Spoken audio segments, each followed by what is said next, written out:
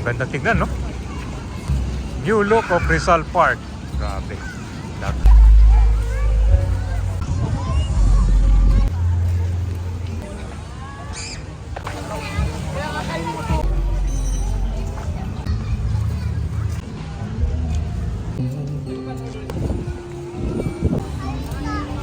Park ay envision para magiging country's premier historic green park. At makikita nyo ngayon dito yung ongoing improvement nitong Rizal Park. So kasama rin dito yung pagpapaganda ng mga facilities at itong mga panibagong attraction dito. So una na itong dito sa may Taft Avenue, kung saan dati meron itong mga bakod, kitang-kita mo ngayon, napakalawak na. Ang mga lumang streets dito ay na-renovate na at pinalitan siya ng mga bago. Malaki na ang progress nitong park modernization. Ito aim to revitalize and modernize the park.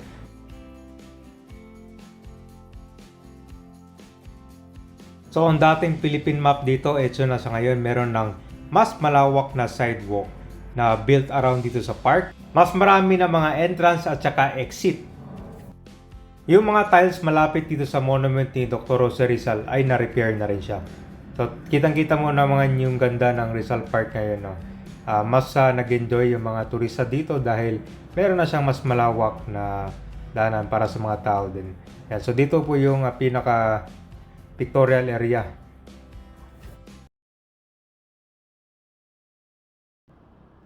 Nandito na tayo sa Finance Road, papasok sa may Calao Avenue. So, dito, merong isang entrance papunta dyan sa may bagong road widening na nagawa nila. Yan ang kabayan. So, mas marami na mga entry points to. Isa pa lang yun na pagkita ko sa inyo ngayon. So, dito, mas nilawakan na rin yung sidewalk para merong mas madaanan na maayos yung mga tao ngayon. O, diba? So, ang maganda dito, kahit nasa malayo ka, matatanaw mo na yung loob ng bagong redevelop dito na Rizal Park niya. No? So, ito siya, ongoing pa to. Hindi pa tapos, pero kita mo naman ganda na.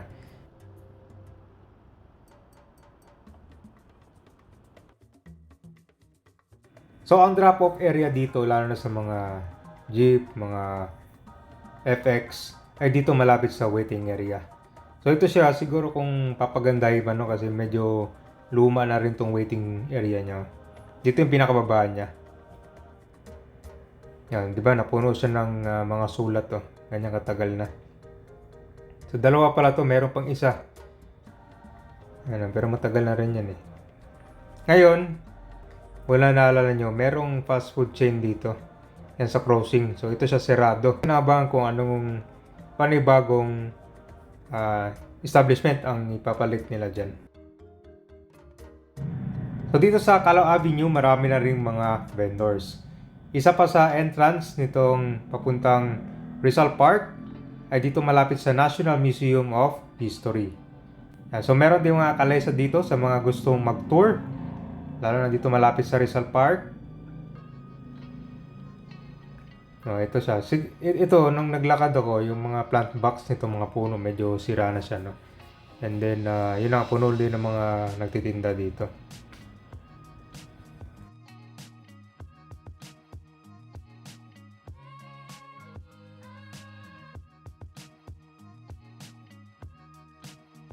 So, dito rin sa Orosa Street, marami na rin mga vendors. Pero pagpapasok nga dito sa loob ng Rizal Park, merong mga food bazaar dyan. Lalo na doon malapit sa monument. Dito na tayo sa parking. Yan po yung Calao Avenue. So, meron pong mga vending stall dito kung gusto nyo bumili. Bago kayo papasok dito sa Rizal Park. So, ngayon kami pakita natin yung itong transformation ng Rizal Park. Sakto ngayon is alas 5. Dagsa na yung mga turista.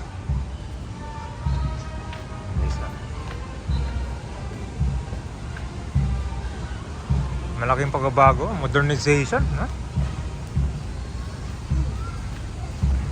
Punong-puno.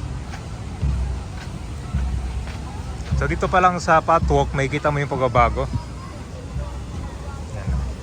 Mas nilawakan na siya, pero mukhang hindi pa tapos.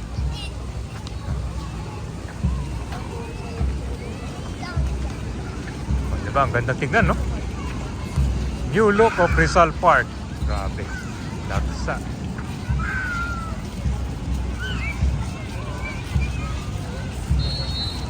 So dito kasi nag-aabang to sila ng dancing fountain mamayang kanyang gabi.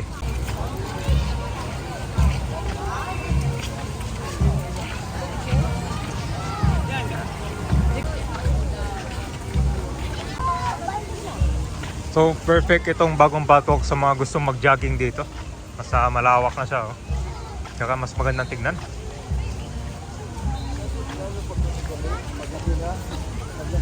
So ganito kadami ang kabayan kapag Sunday.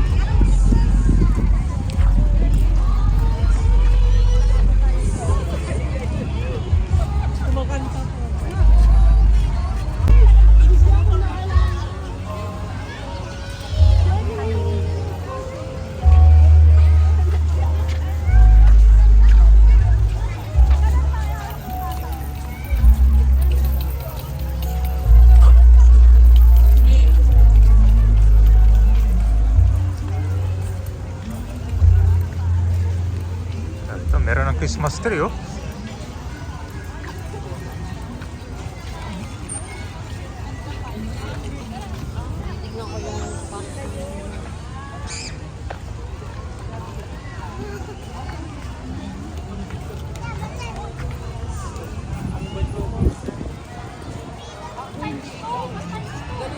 So nagkakatotoo na tong modernization itong Rizal Park. So bukod dito, meron pag ginagawang pagbabago doon malapit sa Top Avenue, kung saan yung dating Philippine map pinalitan na siya ng mga pathwalks, merong mga puno. Mamaya pupunta natin yung kano sa kabila naman.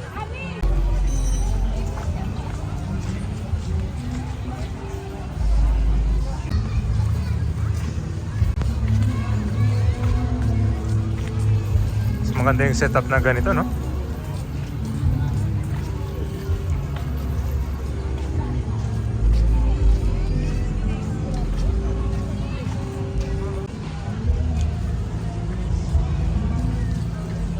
Okay, so yung food bazaar ay malapit dito sa monument ni Dr. Jose Rizal.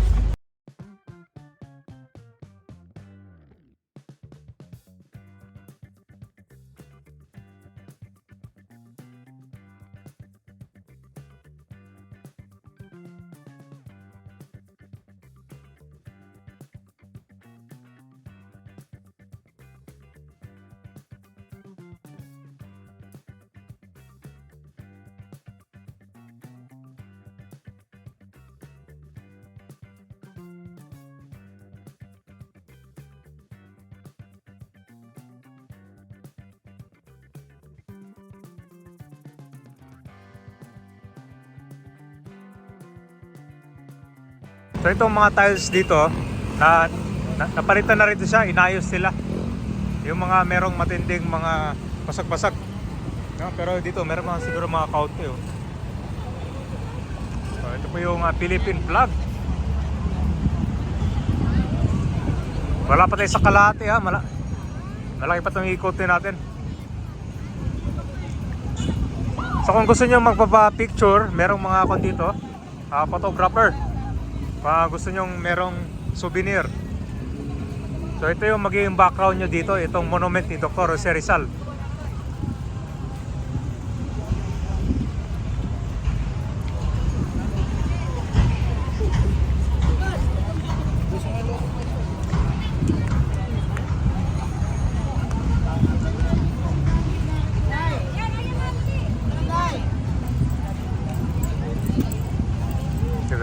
Ang dami na pa picture dito malapit to. Di ba? Kita mo naman yung ganda ng monument to.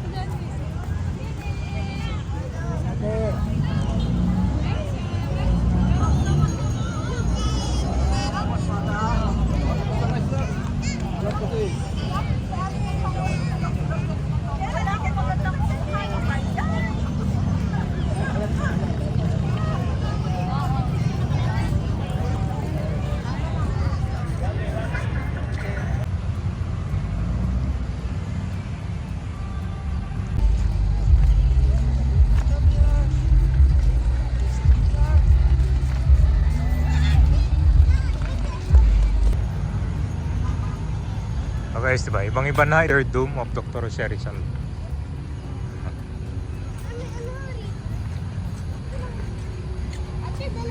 Baril ni Dr. Jose Rizal.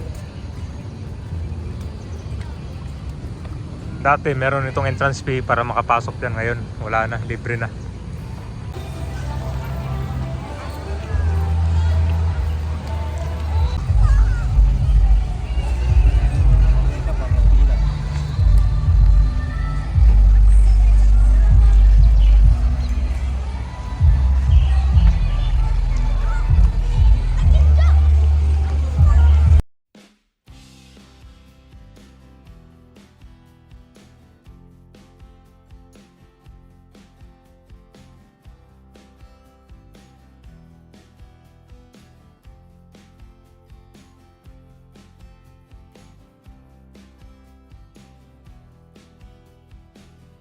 So ito po yung pinaka main event dito sa Rizal Park. Before 6 PM may magsisimula na itong dancing fountain. Yan, so yan, mas marami na. So ito pala ay bukas hanggang lampas 6 PM to dito. Kaya doon kasi sa kabila na pupunta natin na maya hanggang 6 PM lang. Doon malapit sa Taft Avenue.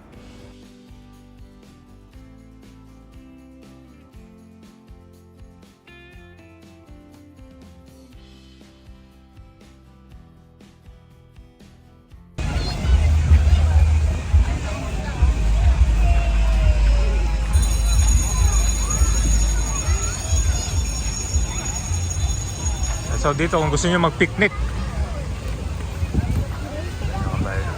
Nagsisimula na yung dito, dancing fountain.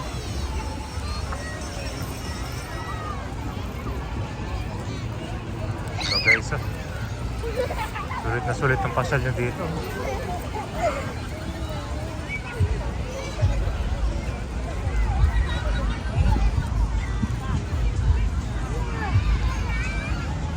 Ito, merong bagong attraction, itong mga lampos, halos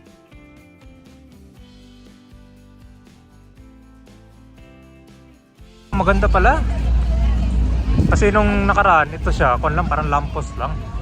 Pero meron pala siyang design, no, napakaganda.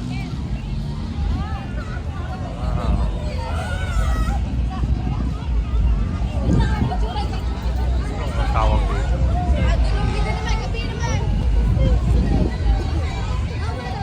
Pupunta tayo ngayon sa kabila, tayo sa Calao Avenue. So yung entrance niya, meron din isa dito, meron din doon sa harap ng Taft. Pero malayo pa kasi ikutin eh. Dito sa labas puno rin ng mga vendors. Pwede na lang kayo bumili ito ng mga kung meron bibilin pang pagkain. National Museum of National History. So hanggang 6 PM lang pala to sila, magsasarado na. Buti nakabot pa tayo. Ang ganda ng dito. Tapos dyan, meron siyang parang elevator.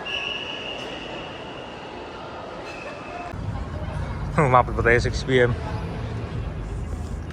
So ito yung binanggit ko ba, dati merong Philippine map dyan na na-demolish yun. So pinalitan siya ng ito, pathwalks na mas malawak na.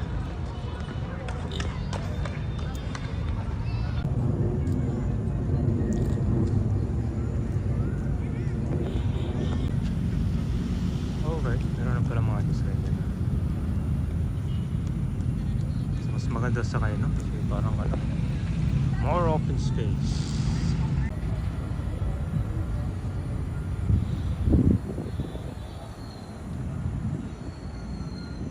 So maganda ito pumunta mga bago mag 6 PM para mas maikot nyo ng kabayan kasi ngayon madilim na eh. Ano masabi niyo guys? Ang ganda, di ba? Mas maganda yung ganito, no? Malawak siya. Lasap mo yung simoy ng hangin. Dito yung dating map, Philippine map.